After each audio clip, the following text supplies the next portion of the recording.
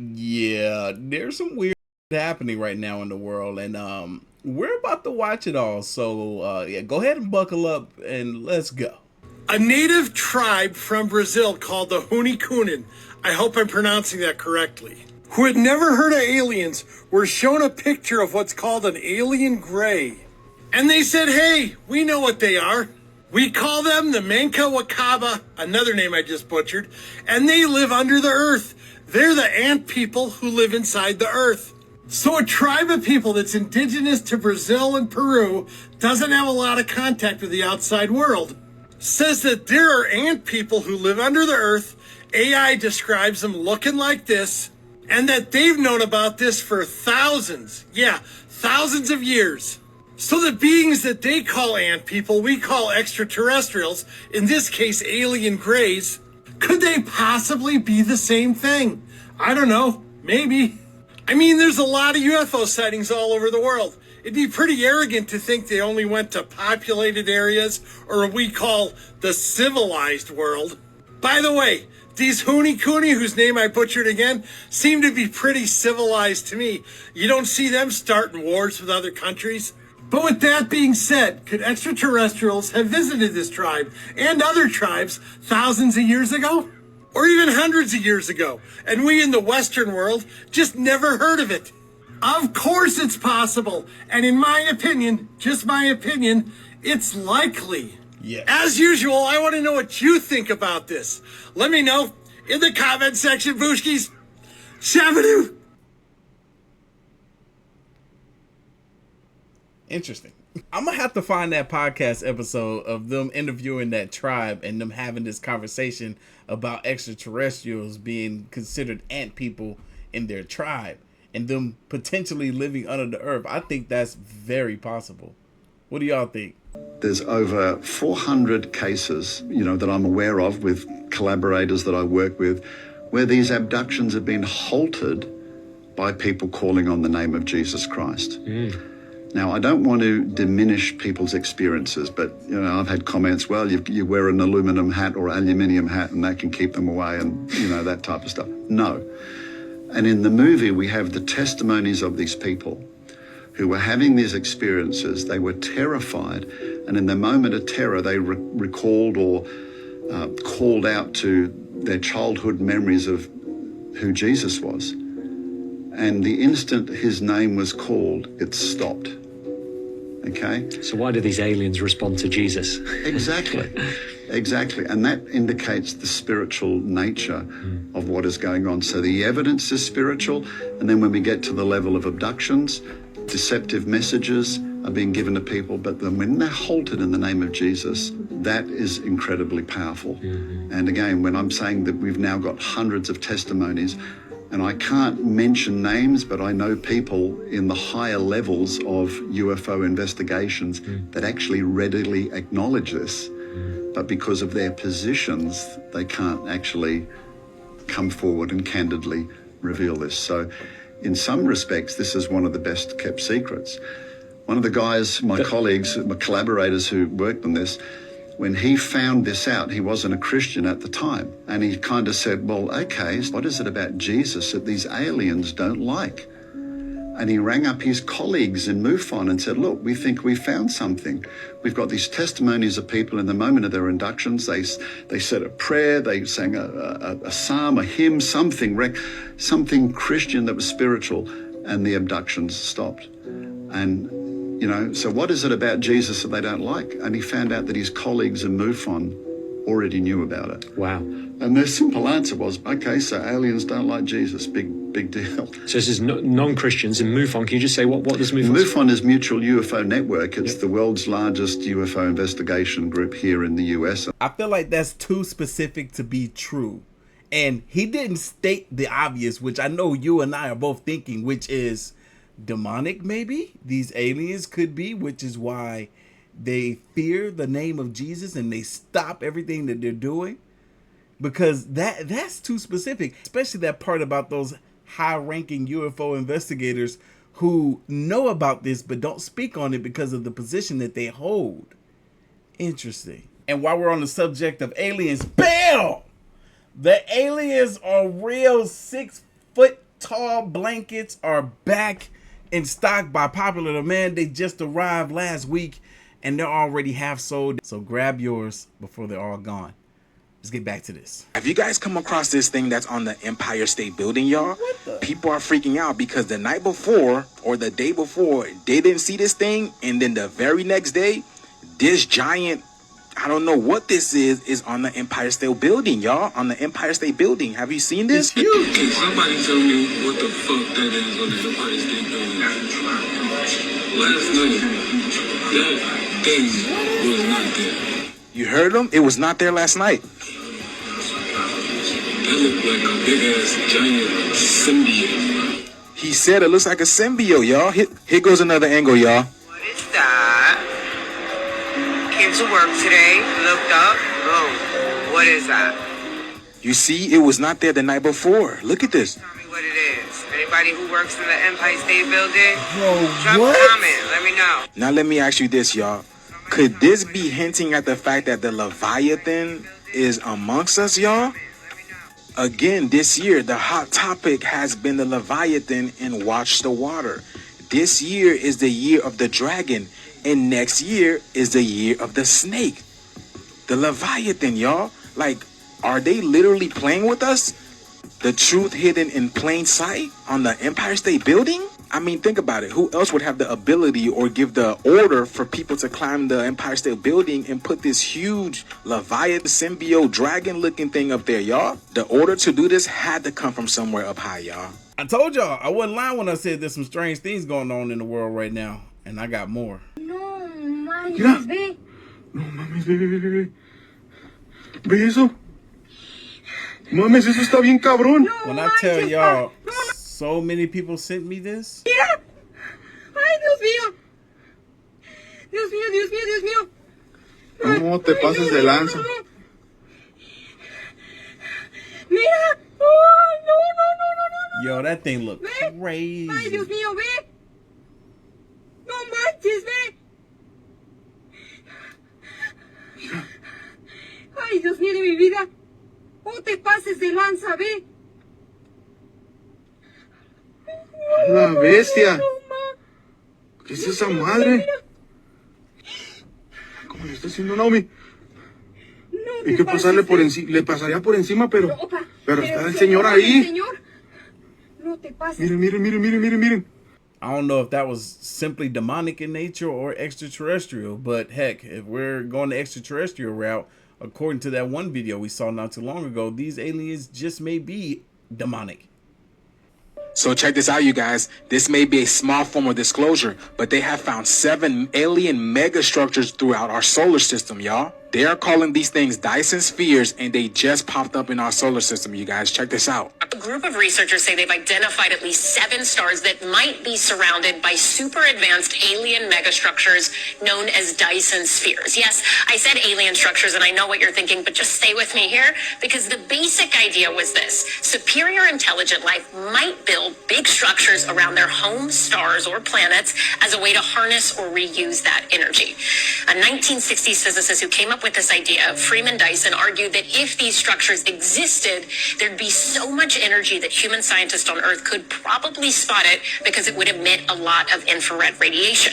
So in this new study, researchers say they found 7 sources glowing in the infrared, those are their words, but couldn't find an obvious explanation for why these sources are glowing so much, which could mean they're Dyson spheres or something else entirely. And what I'm saying is, what? Space is so crazy. I wish I understood it better. So let's talk to a scientist to help wrap our heads around this. I'm joined now by Professor Jana Levin. She is an astrophysicist and author of the book Black Hole Survival Guide, as well as the Claire Tow Professor of Physics and Astronomy at Barnard College of Columbia University. Professor, first of all, thank you so much for being here. Thanks for having me. I tried to explain it a little bit. That was my very dirty version. I was going to be like, yeah, but I'm an English major who just had Google.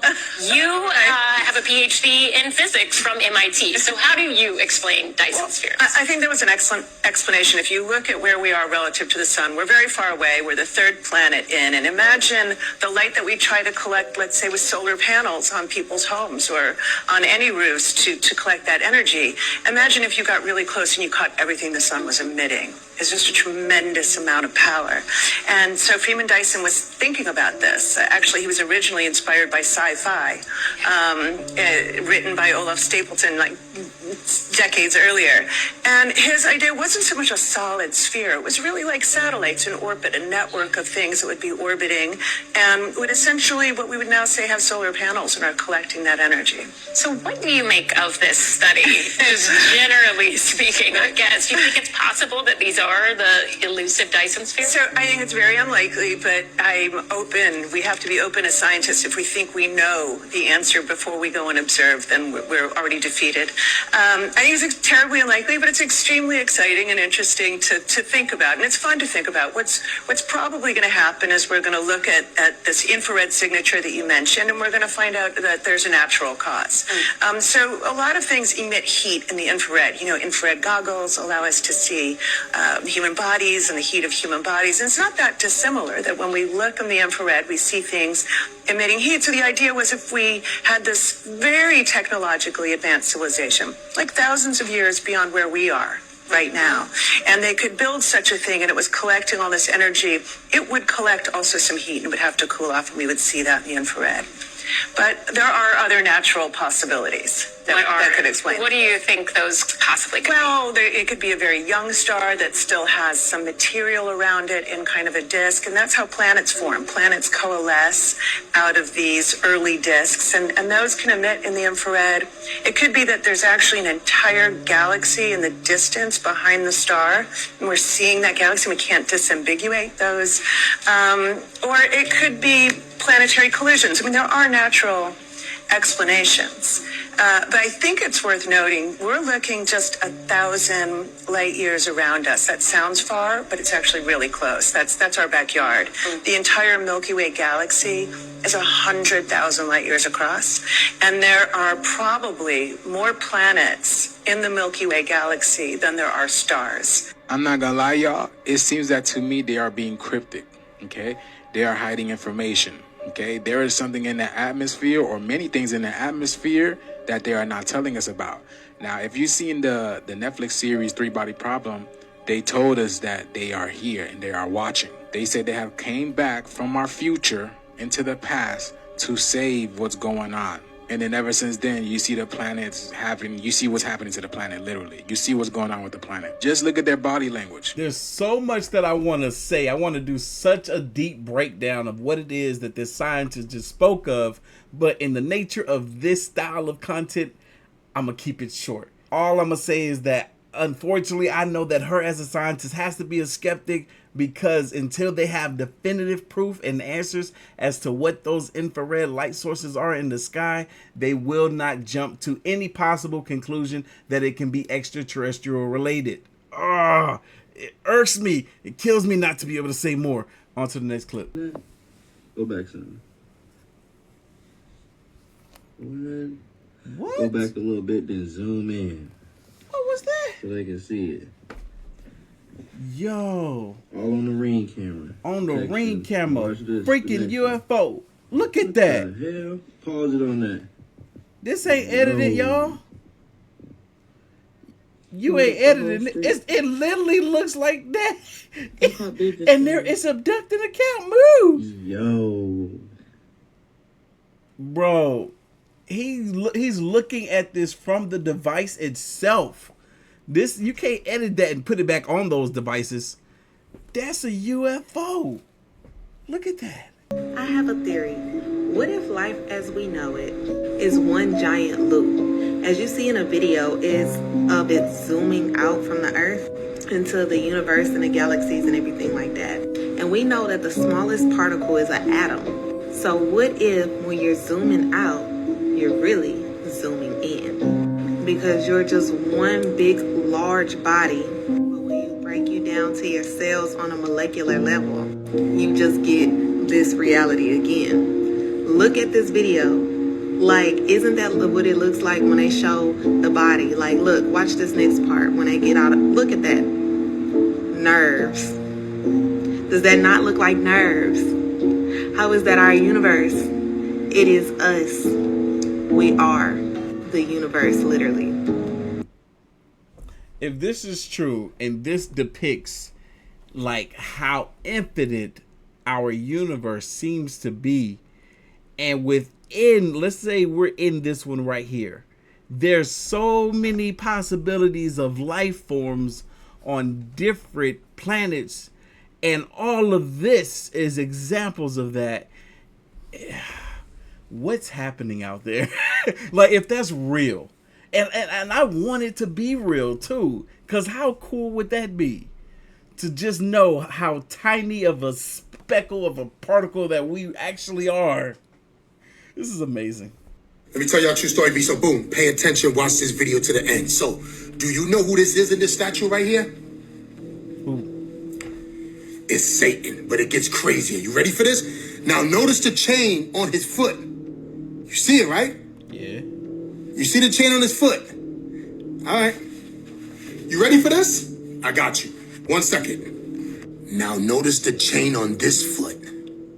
Y'all should know which foot this is. I shouldn't even have to say nothing. All right, guys, you ready? Stay Statue of Liberty, maybe? with me. Stay with me. I'm going to show y'all something, B. Now, do you notice that the crown in his hands has 7 points on it, right? Stay with me, guys. Make sure you watch this video to the end. This is crazy. Now, do you see what's on the floor, right? An apple and a torch. You see the torch on the floor, right, guys? Stay with me, B. Stay with me. This is crazy. He's holding a torch, and there's a 7-point crown on his head. Remember the apple that was on the bottom of the statue of Satan? What do they call New York City? The Big Apple. Where is this statue at? New York City. What I'm trying to tell you is the Statue of Liberty is Satan himself. Stop playing with me, son. It's funny he says that, because I've been hearing a lot of people as of lately saying that they're theorizing that they believe the Statue of Liberty is actually a man and not a woman. Don't ever say I didn't teach y'all nothing. It's in plain sight. So you got a statue of Satan right in New York City, and people been thinking it was a Statue of Liberty the whole time? Stop playing with me, son. So what I'm gonna do is go over there and knock that statue off, straight up and down. TikTok, this is just for entertainment purposes only. I'm just joking, right? Come on. I'm just playing around. This ain't real. This is all for fun jokes, and let's just laugh about it. Yeah? Ain't nothing funny. I don't know if y'all heard, but that's one of the running theories right now, is that the Statue of Liberty is a man and not a woman. But this is the first time I'm hearing that the Statue of Liberty may indeed be Satan himself. Denver International Airport is the most monstrous conspiracy theory. I don't know whether to start with the fact that it's twice the size of Boston, Miami, and San Francisco. Or that every several months during construction, they switched contractors so that no one knows the full layout of the airport. Not to mention, there's at least 5 buildings that they decided to bury, and there's potentially hundreds of underground bunkers. So I'll just start it off simply with the terrifying artwork in this airport. Denver Airport welcomes you with this inviting 32-foot, 9,000-pound statue of this demonic horse with red eyes nicknamed Lucifer. This possessed statue essentially murdered its creator when a piece of it fell off during construction and severed its artery. A lot of people believe that it represents one of the 4 horsemen who will usher in the apocalypse, which seems far-fetched until you see the artwork they have in the Denver airport. What better way to get in the mood for a flight than to walk past this mural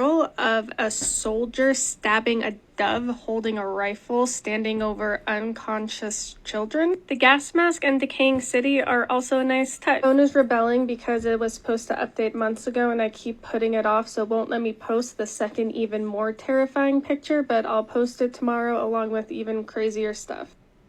Oh, guess I gotta go find that junk now. International Airport conspiracy. We've covered the 33-foot demonic Lucifer statue that killed its very own creator, and the artwork depicting a military man in a gas mask holding a rifle stabbing a dove standing over unconscious children with a city falling apart behind it. Now let's look at this next massive mural, but before I show you, I'm going to tell you the name and I want you to envision what it's going to look like. Peace and harmony with nature. What does that bring to mind? I bet it's not this. The lovely depiction of a forest on fire, women and children fleeing, carrying extinct animals in glass boxes, human bodies in coffins. Even have a nice dead tortoise here and some rib cages of animals, I presume. Make it even stranger, this AUAG is inscribed in the ground below it, which they claim stands for gold and silver, which in no way relates to this artwork, which is why people think it's a hidden message, because it also stands for the hepatitis virus antigen, which has been known for a long time could be used as biological warfare during the end of times to usher in the New World Order. This seems far-fetched, and believe it or not, I don't enjoy being a conspiracist, but they make it hard when you see what I have next. Let me know if I've gone completely off the rails or if you want part 3. Let's see if she has gone completely off the rails. Denver International Airport, part 3. These videos have been getting flagged for false information, so I will be making sure to stick to only facts here. I'd also like to point out that I went down this rabbit hole a few years ago, and while revisiting it, I can't find any of those articles or videos, and I, for one, am very glad that someone's working so hard to... She be doing stuff. Hold on, y'all. I gotta go back because something popped up on the screen, and I feel like it may be important to see what it is. I can find any of those articles or videos a few years ago, and... Right. Oh, man, that was just somebody's comment, looks like. I probably won't be able to get it frame by frame. Go. Yeah, it's gonna be impossible for me to catch it this way. I'm sorry, y'all. Yeah, and while revisiting it, I can't find any of those articles or videos, and I, for one, am very glad that someone's working so hard to make sure these conspiracies are rightfully erased.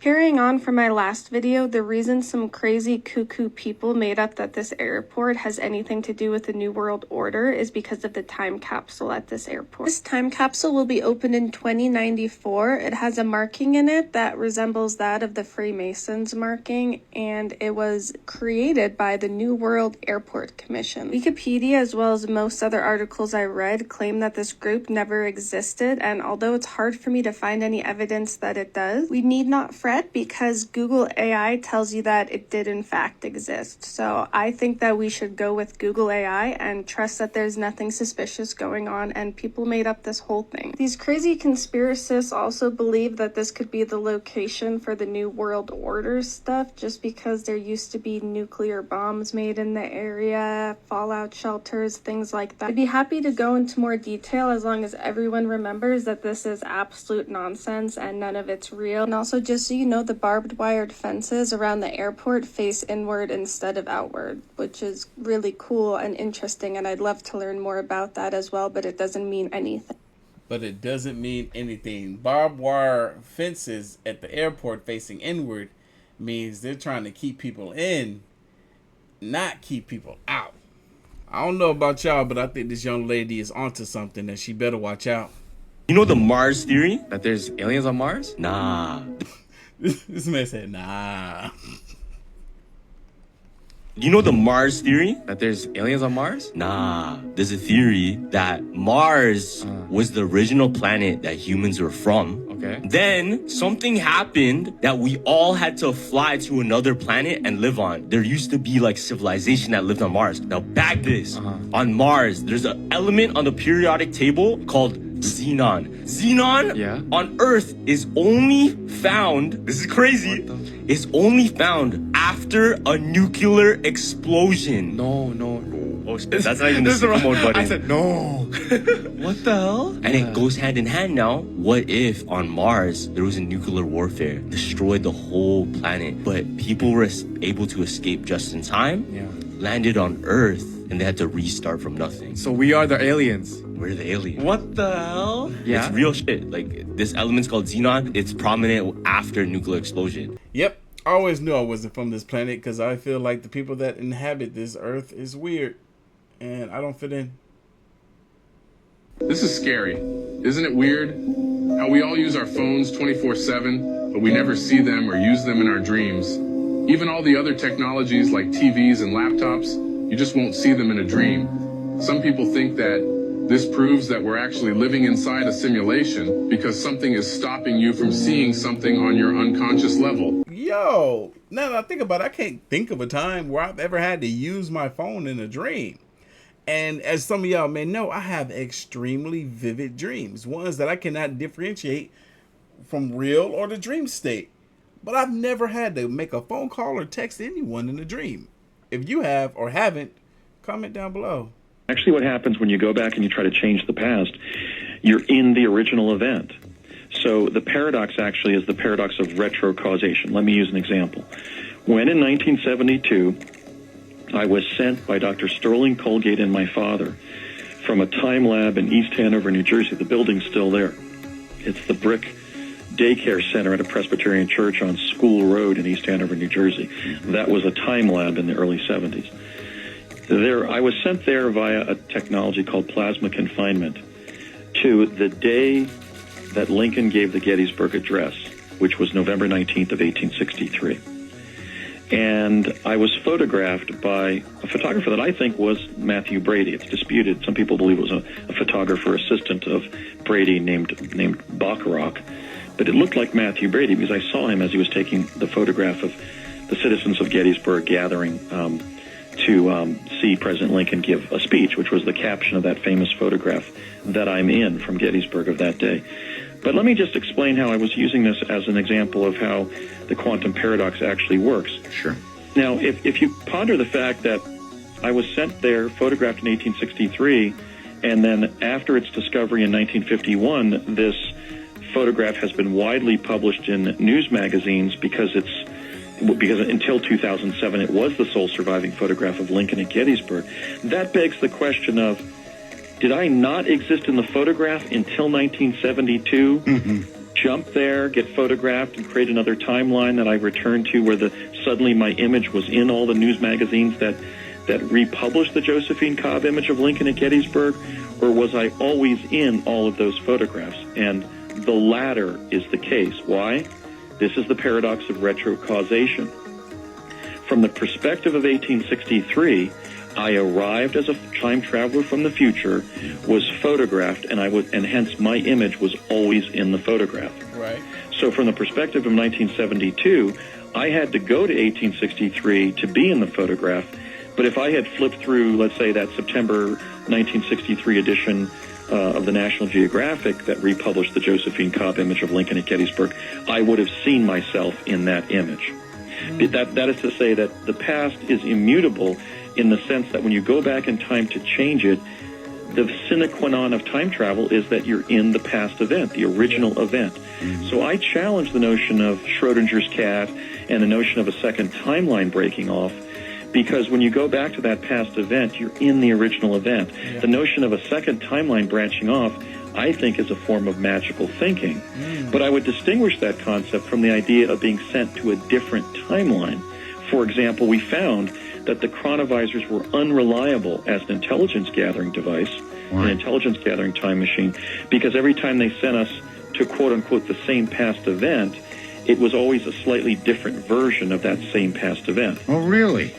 Yeah, so for example, when I would pop into view in front of Ford's Theater and try to talk myself past the ticket table in the front of the lobby, right inside the door, as a society child dressed in my Sunday best, and try to convince them that my parents had already been admitted with my ticket and were sitting inside, the person who would greet me at the ticket table was always a different person. It was like a man and his son. Then it was the man by himself on the second jump. On the third jump, let's say it was just his son. Then it was his son and his brother. So is that you, in effect, creating a small paradox? Well, I don't think we should think of the disparate timelines as paradoxical per se. I think we should think instead of the fact... Yes, but you've got change. You've got change. Well, according to one estimate, the multiverse contains as many timelines as would be expressed numerically by a number at 12-point type that would stretch for 130 million miles. Have you heard the crazy conspiracy theory that celebrities get mentally frozen at the age that they got famous? Nope. These examples will explain a lot. Taylor Swift has confirmed that she is a victim of this conspiracy theory. You know, there's this thing people say about celebrities that they're frozen at the age they got famous, and that's kind of what happened to me. Her pathological people-pleasing is definitely a quality of an agreeable, shy teenage girl. The arrested development of celebrities may offer an explanation as to why Leonardo DiCaprio only goes for women under 25. As he got worldwide famous in 1996 when he was 22. His type back then was ingenue, stereotypical supermodels who were his age, and they grew out of that, but he never did. Don't turn 25, baby, you're too sexy. An extreme example could be Michael Jackson, who got famous when he started performing at the age 5. And without getting into the dark side to respect everyone involved, he did admit he bought the Neverland Ranch to be a sanctuary for kids to have a perfect childhood experience that he never got to have because of fame. And maybe he saw himself in those kids. I think there's more to the eternally... Yeah, I mean, he did act very childlike, man. Interesting. I think there's more to the eternally 12 birthday cake Mariah Carey always has. Selena Gomez got worldwide famous when she was a preteen. Maybe that could explain why she's addicted to middle school drama. Before I tell you the craziest example. For a deeper dive in this theory with these examples and more examples, go check out the video version on YouTube and the audio version for my podcast. The craziest example of this that got me really thinking about this week is when Miranda Cosgrove said she has never drinking before because she's never had a reason to. What a strange thing to say. And she doesn't smoke and will only swear a little bit, but she thinks it's like endearing, like when it's funny when a little kid swears and everyone laughs. Then they got to thinking, oh my god, she's frozen at 5 years old, Drake and Josh. She's frozen at Megan. This is one of the most interesting celebrity conspiracy theories that I've heard of. Oh man, how true could it be? I mean, heck, I didn't get famous until I was 30, so I guess I'm stuck at 30 years old. I guess it's better to be stuck in adult age than it is a child's age. Interesting. So today we have another story of Atlanta is not a real place, and y'all not going to believe this one. So yesterday there was an incident in Atlanta at a Wells Fargo bank where 4 people were unfortunately injured. And this man here, Joseph Greer, was a first-hand witness to everything that happened at that bank. So as y'all can see here, after the incident, Joseph did an interview with the news, basically explaining everything that happened, just everything that he saw. He was basically saying how he was being a good citizen. He was having mental health issues, but he was basically helping out on the scene. Now, after this interview, Joseph left and boarded a Gwinnett County bus, and that's where things got crazy. So after boarding the bus, Joseph got into an altercation with another passenger. And that's when another passenger on the bus, armed with a weapon, tried to break up the altercation. At this point, Joseph took the weapon from the passenger and unalived them. And then after unaliving that person, Joseph took the entire bus on a chase through Atlanta. I mean, you can't make this up. Now, Joseph was arrested for this, but I wanted to just send my condolences to the victim and their family. Because I know we always get on here and joke saying Atlanta is not a real place, but mental health is real. And if you watch his original interview with the news, you'll see exactly what I'm talking about. What? Now I know the story because at one point this bus went by right in my neck of the woods. I was wondering, I'm like, what the heck? Why is it Atlanta police and dang-gone Gwinnett police chasing after this dang-gone bus? I wonder if a lot of people was on that bus when this incident occurred. I had no idea. This man was interviewed, rode the bus, ended up getting into an altercation. A gun was drawn. He took the gun, used the gun against the person that had the gun, underlived them. What? That's crazy. Now I want to watch his interview to see what were those indicators of his mental health. You think you've heard everything there is to hear on TikTok, and then you hear this today. So apparently there's a couple that are getting a divorce because the man was 100% sure that their child was not biologically his. So he pushed and finally had a DNA test. Come to find out the child was not his. Here's where the problem starts. The DNA test also showed that the child was not hers either. There was an investigation launched, and apparently their babies got switched at the hospital. This child's 5 years old. I'm sorry, what? Before I tell you the biggest kicker of them all, if you're planning on having children or are pregnant now, you never let that child leave the room. Facts. Ever. Unless you're next to that child while they're leaving the room. Facts. The kicker of the whole story is that when they found their actual child, which, side note, their child they had for 5 years, that's their child. Let's be real, whether it's biological or not. Yeah. But the child that they located was in foster care. how many twists and turns can this story have? The only good part of this story is this family is adopting that child out of foster care. As if that's so crazy. They're about to adopt their own child. It's a good thing, but that's the only positive thing I can see happening out of all this, because no amount of money in the world suing that hospital would ever change any of those circumstances. And I hope and pray to God that they get sued and they get their asses sued and win. I can't see how they wouldn't, though. Millions. They deserve millions. What? But you never seen that before. Heck no. She is licking. This tree is a squirter. Crazy. What? What is happening? Yo, that thing was wet. This man just cut that part of the tree off and he got excited. This cryptid here and this documentation, which a field camera was used, it was seen in an area, and a colleague of mine from a major university set up a field camera, and this is what they got. Now, this is known as a rock person or rock people. They can eat rock. They're found around cliffs, large boulders. They are real. And other colleagues of mine from some major universities, we testify that this is a real documentation. This is a rock person indeed. Bruh, are you serious right now? Yo, this man came out and said this as if it was all the way a matter of fact. Like, this is real, y'all. This is real, real, real. But nah, what's crazy is, like, when you look at it, right? Look at the debris, right? Like the little rocks in there. It picks up all of that.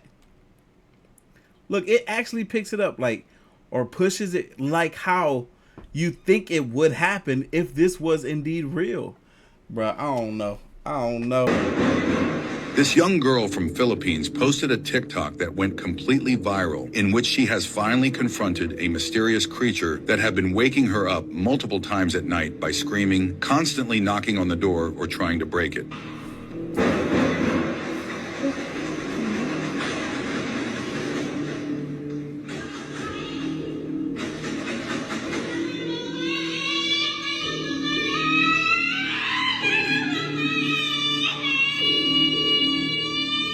Better open that door. You better open that door. One night, she finally had enough and decided to open the door while recording the whole encounter. She deserved what's coming to her. If you gonna open that door, better call Popo. Let them open the door. Nah. It's so dark, can't see. Turn the light on. You think I'm gonna open the door without turning the light on? What scream? I didn't hear no scream. What can we call this? This right here, sir? In on the ground, that don't look bumper clock sound. This right here, so you want to play with? Look on the inscription. Bro, look at that. That's a UFO beaming down if I've ever seen one. Put it back in the ground. 1, 2, fast. Go sit down pan your ass. I'm tired of you keep touching up things that don't concern you. You keep coming and doing it again and again and again. What make you want to dig it out to the ground, eh? What possess you if you come up and dig out this thing out to the ground? You don't think say you could get possessed yourself, you know? No, man, it's like, oh, you can't hear me. You can't just let things be. You don't think say we have trouble already. I'm trying to live my life steady. Go home, leave things alone before I lick you with that big piece of stone. Cha, I'm tired of you, man. I'm tired. I like her. At first she was getting on my nerves. I mean, every nerve I had in my body, it didn't start to wear on me. I liked it then.